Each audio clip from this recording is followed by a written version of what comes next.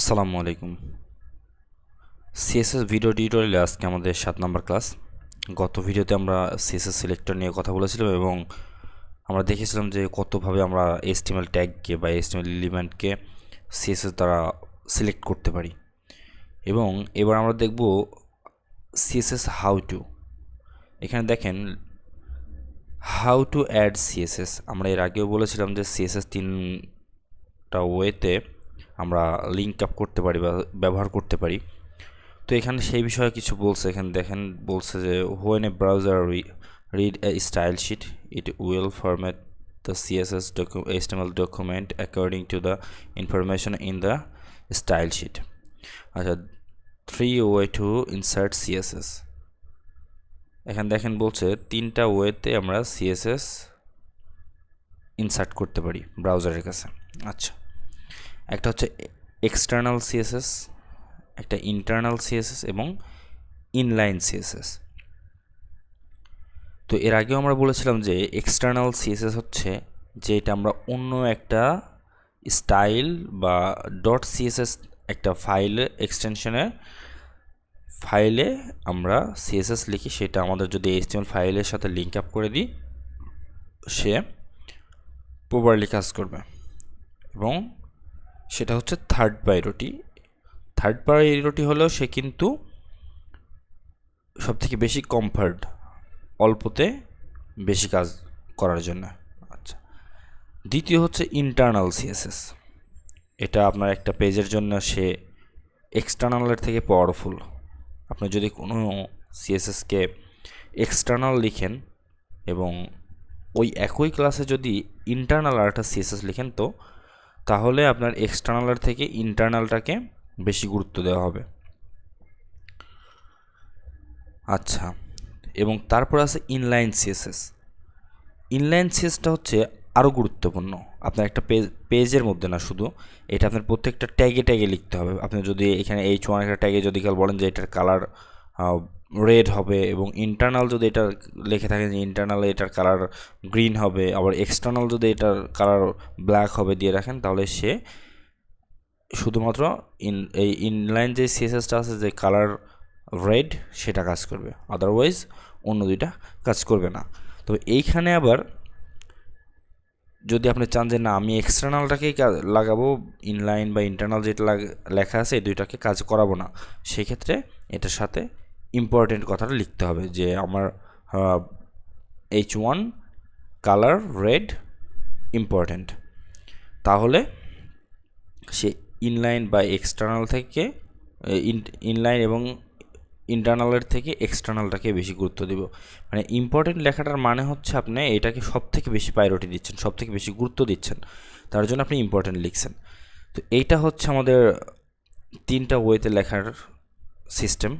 আচ্ছা, এখন external CSS লেখার জন্য আমরা কীভাবে লিখতে পারি চলুন দেখি। আমরা আমাদের পেজে যাই, HTML5 CSS class 7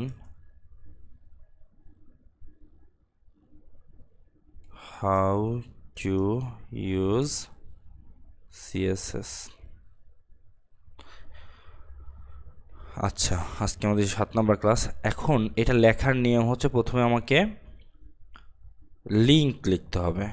আমরা জানি HTML একটা লিঙ্ক নামক ট্যাগ আছে, সেই লিঙ্ক ট্যাগ ইউজ করতে হবে। তো লিঙ্ক, আমি এখানে লিঙ্ক লিখলাম। দেখেন লিঙ্ক লেখার পরে লিঙ্কের ভেতরে কী করতে হবে, আমার এখানে অটোমেটিক লিখে দিচ্ছে, কারণ এটা VS কোড আমাদের একটা এক্সটেনশন ইনস্টল করা আছে এর জন্য। তো এখানে আমাদের লেখার নিয়ম প্রথমে আমার লিখতে হবে কি লিঙ্ক, এবং লিঙ্কের মধ্যে লিঙ্ককে ক্লোজ করতে হবে, লিঙ্ক ক্লোজ। এবার রিলেশনশিপের জন্য রিলেশনশিপ, রিয়েল মানে হচ্ছে রিলেশনশিপ, কী টাইপের রিলেশনশিপ হবে এখানে, এটা স্টাইল শিট এবং তারপরে এই স্টেপ দিয়ে লিঙ্ক করে দিতে হবে। এই রেফ কি আছে যে দেখেন আমাদের এখানে স্টাইল ডট CSS লেখা আছে, তো এখানে আমরা লিখতে হবে স্টাইল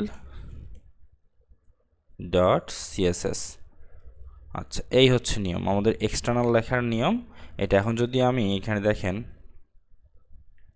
এখানে H1 একটা H2 একটা ট্যাগ স্টার্ট করি বা H1 দিলাম হচ্ছে হ্যালো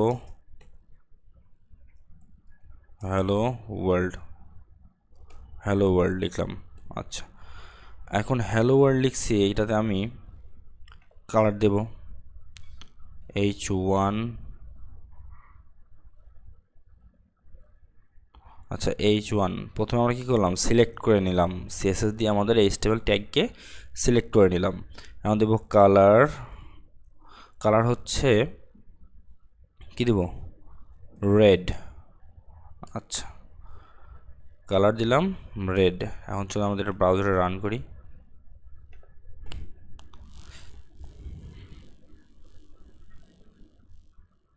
কি ব্যাপার, এটাতে CSS কাজ করে নাই কেন দেখি। H1 এবং এইখানে লিখছি কি H1 এর মধ্যে কালার রেড। আচ্ছা, চল দেখি ইন্সপেক্ট করি কেন কাজ করলো না।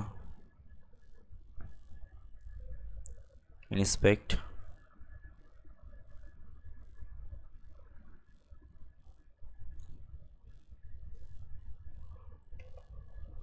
আগে দেখি আমাদের CSSটা পাইছে নাকি।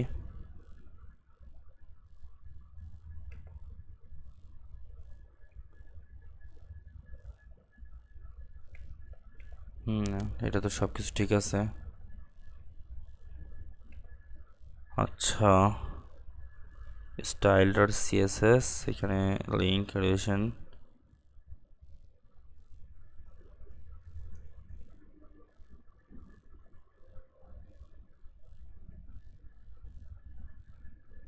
সব ঠিক আছে, বাট এখানে কাজ করতেছে না। দেখি এখানে ইন্টারনাল লিখি, স্টাইল H1 কালার, হ্যাঁ ডিডিডি।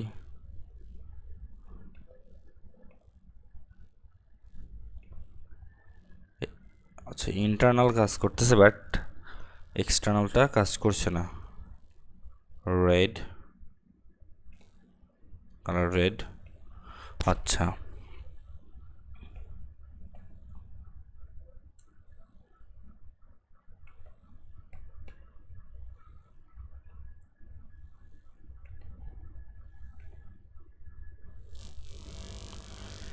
এক্সটার্নাল CSS কাজ করছে না, কেন করছে না এটা দেখতে হবে।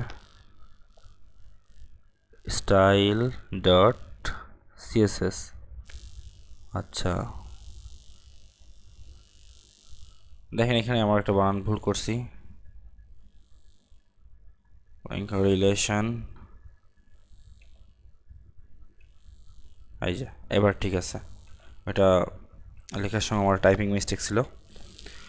আচ্ছা, আমরা ইন্টারনাল এটা হচ্ছে আমাদের এক্সটার্নাল CSS এখানে আমরা ইউজ করছি। এখানে লিখছি কি H1 কালার রেড। আচ্ছা, এখন যদি আমরা একটা ইন্টারনাল লিখি, স্টাইল H1 কালার দিলাম, আমি এখানে 10 দিলাম, কি হয় আবার দেখেন, এই যে এই ইন্টারনাল আমি যেই কালারটা ইউজ করলাম সেটা কিন্তু আসছে। এখন আমি এখানে দেখেন ক্লাস, সরি এখানে ক্লাস না, লাগতে স্টাইল কালার দিলাম, এখানে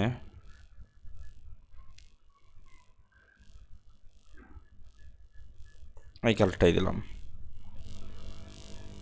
কি আসে, এই যে এই কালারটা আসছে।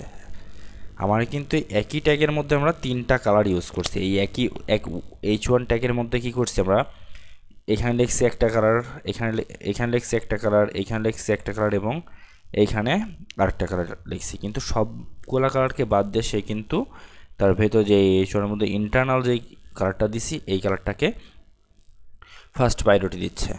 এখন মনে করেন আমার এইখানেও স্টাইল লেখা আছে এবং এইখানেও লেখা আছে, বাট আমার এইটাতে যে লেখা আছে এইটা আমার সব থেকে বেশি ইম্পর্টেন্ট। তো এইখানে আমার লিখতে হবে কি ইম্পর্টেন্ট। তাহলে দেখেন এই যে আমরা এখানে যে রেড কালারটা ইউজ করেছিলাম সেই রেড কালারটা এখানে চলে আসছে। তো ইম্পর্টেন্টটা হচ্ছে আপনি যেইখানে যাই লিখেন তার মধ্যে এখন যেটা বেশি ইম্পর্টেন্ট লেখা আছে সেটা কাজ করবে। এখন মনে করেন যে আমরা এখানেও ইম্পর্টেন্ট লিখে রাখছি ভুলে, বা এখন এইখানেও ইম্পর্টেন্ট লিখতে হবে, তাহলে কোনটা কাজে দিবে? এখানে ইম্পর্টেন্ট লিখলাম, কোনটা কাজ হবে? যেটা আমার আগের পাইরটি সেম পাইরটি অনুযায়ী কাজ করবে। যদি আপনি এক্সটার্নালে ইম্পর্টেন্ট লেখেন, ইন্টারনালে ইম্পর্টেন্ট লেখেন এবং ইনলাইনে ইম্পর্টেন্ট লেখেন, তাহলে আবারও সেই ইনলাইনটাই কাজ করবে। যদি ইন্টারনাল লেখেন তাহলে ইন্টারনালটাই কাজ করবে। তো এইটাই হচ্ছে আমাদের ইউজেস। এখানেও সেম জিনিসটাই বলছে, এখানে ব্যাকগ্রাউন্ড কালার দেখাইছে এভাবে, যেখানে ইন্টারনাল সিএসএস কীভাবে ইউজ করতে হয় দেখাইছে, এবং এখানে এক্সটার্নাল কীভাবে দেখাইছে। সেম ওয়েতেই প্রত্যেকটা জিনিস কাজ করে। তো আশা করি বুঝতে পারছেন। সবাইকে অসংখ্য ধন্যবাদ। পরবর্তী ভিডিও দেখার জন্য অবশ্যই আমাদের চ্যানেলটি সাবস্ক্রাইব করবেন এবং আমার পাশে থাকা বেল আইকনটি বাজিয়ে দিবেন। আজকে পর্যন্তই, সবাইকে অসংখ্য ধন্যবাদ। আল্লাহ হাফেজ।